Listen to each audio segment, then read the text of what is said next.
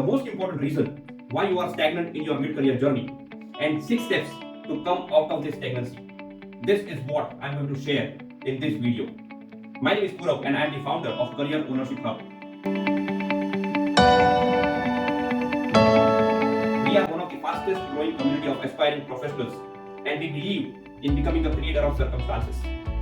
At the Career Ownership Hub, we follow a proven framework that helps you take complete ownership of your journey. I would like to welcome you if you are watching this video. And before I begin the steps and the secrets, I have a bonus for you. In the description to this video, there is a link to a guide that will help you overcome the stagnancy in 6 simple steps. One of the biggest challenge that majority of the professionals have is working in the same profile for a very long time. And now that you have been working in the same profile for quite a long time, there are no opportunities left for you to take the next step. The same profile, the same function is now saturated. There are no opportunities in your organization and even beyond your organization if you are planning to change. The increment in terms of salary and position that you are getting is not worth taking this big step. And hence, now you are stagnant and it is too late to change your profile. This is the biggest misconception that you are carrying. Believe me, changing the profile is possible. At any age of your journey, at any phase of your job, you can change your profile. And in this video, I'm going to share 6 practical, easy to implement techniques that will help you switch your profile. And before I get to the first step, there is also a step 0, which is the most important. The most important step is breaking your mental barriers, breaking the conditioning of the mind. We all are conditioned to believe that my qualification, my certificates define what profile I should work in. This was okay as a first step into the corporate journey. But now that you are into the mid-career, the qualifications, the certificates do not define your next steps. And this is the first mental barrier that you need to break. You have to start understanding that after so many years of experience, you have all the understanding of the corporate world, you have all the skills, and you can perform in any profile. This is what I'm going to share in this video. The second misconception that all the mid-career professionals carry is growth is always vertical. And because of this misconception, you are not able to take your next step. Believe me, growth is also horizontal, and horizontal growth is more important than vertical growth. Just take a simple example of real life. How do you invest in the equity market? How do you invest in the stocks? You diversify your portfolio. That makes you stronger. Similarly, in your career journey, you have to diversify. In the stock market, when you diversify your portfolio, there are some stocks which fall. Similarly, in the career journey, when you take a horizontal step, you might either have to stay at the same level, or sometimes you can take a planned step to go one level down. I know this is against the norms, but believe me, because of these norms, you are not able to explore all the possible opportunities. You are operating much below your potential. And I want you to break these norms. Now coming to the first step. This was step 0. The first step, do a research. I am sure you will have a couple of profiles in your mind which you can take up. It is based on your current experience and based on your current knowledge. You might have some profiles which are closer to your current profile. You have to start doing a complete research of the new profiles those are in your mind. And how to do this research and what do I want you to do in this research is go to sites like LinkedIn, monster.com, naukri.com, any such job portals, and also do Google and find the job descriptions of similar profiles at the levels of your seniority. And you will find the skills that are required and also a few keywords that keep appearing in all the job descriptions. There will also be some softwares and tools that are required for those particular profiles. What I want you to do is make a list of all the skills, make a list of all the keywords, and make a list of all the softwares or the tools that are required to perform in that profile. And now, you have to find the most common skills, the most common keywords, and the most common softwares that appear across all the job descriptions. Now let's go to the second step, which is also extremely important. And it is all about you. Writing down your story, documenting your journey. Since you started your professional career, what were the different positions, what were the different roles, what were the different functions that you performed. So on a timeline, write all the different positions, the different designations, the different roles, the different functions that you have been performing, that you performed in the past. So once you complete this exercise, what you have to now prepare is what we call it the Career Ownership Hub, the skills landscape. Yes, I want you to prepare the skills landscape. And the skills landscape is a couple of steps.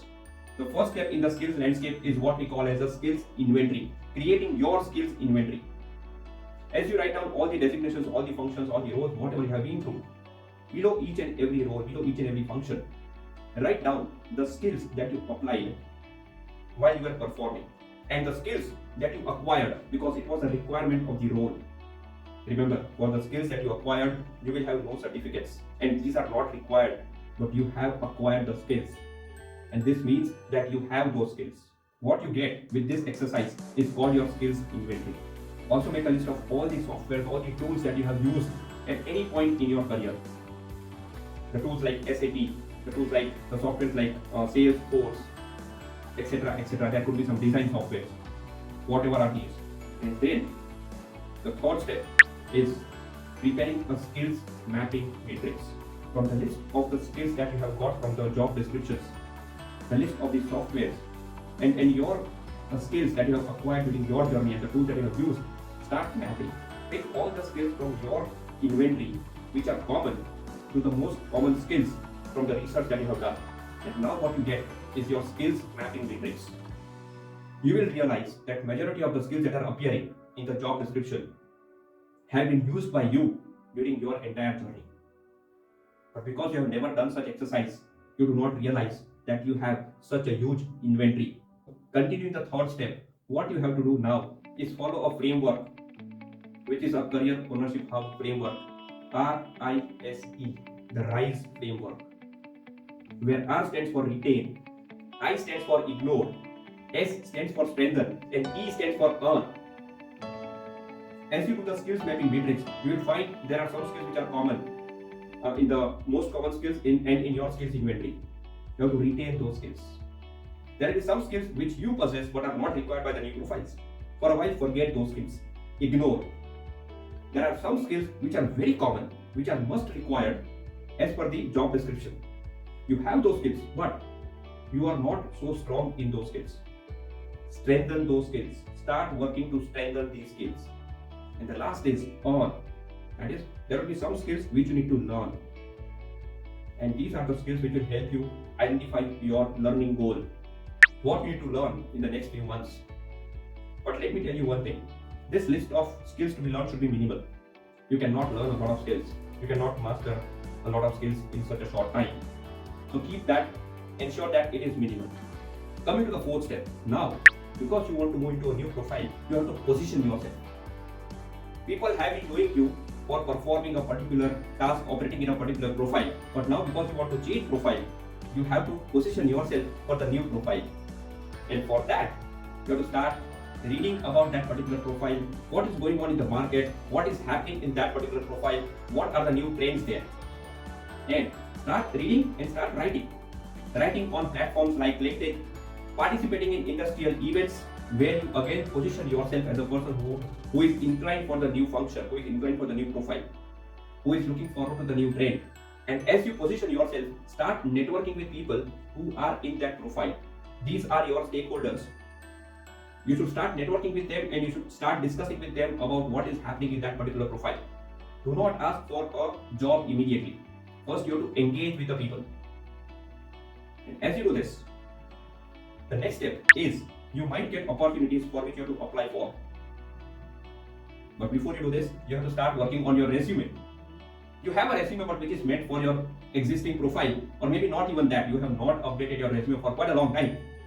But now that you are planning to go to a new profile, you have to prepare a personalized, a revised, a customized resume for that particular job profile. And for that you have to ensure that the keywords, the skills that are appearing, the most common skills that are appearing in the job description are also appearing in your resume. And because you have done the skills mapping matrix, you have those skills. So this is how you have to prepare a customized resume for that particular profile. At the Career Ownership Hub, we have a resume mastery module. In case you are part of the community and if you are watching this video, just go to the portal and revise the resume mastery module and you will get all the tips and techniques to prepare your resume for the new profile. Coming to the last step. All the steps are important, but this is something which you need to learn very fast. Have a lot of patience. Patience is a skill and that you need to cultivate. Not only for this particular reason, but for your entire journey. You are planning to do something which is unique, which you are doing for the first time. So you should not rush. You should not be impatient. You should not try to jump, because this might result into you taking a wrong step, you making a wrong decision. So do all these steps slowly, steadily, but consistently, with a lot of patience. And start talking to your network once you start developing your network. Start engaging with your network. We are not here to just escape from the current profile. We are talking about building your career. We are talking about next 10 to 15 years. So don't rush for this. Have patience, and believe me, in this process, if you follow this process, you can create your blueprint, career blueprint for the balanced year of your corporate journey. So if you do this exercise sincerely, you will have a lot of confidence and you will open up a lot of opportunities for you. And if you really like this video, just press the like button, leave your comment and also subscribe to my channel.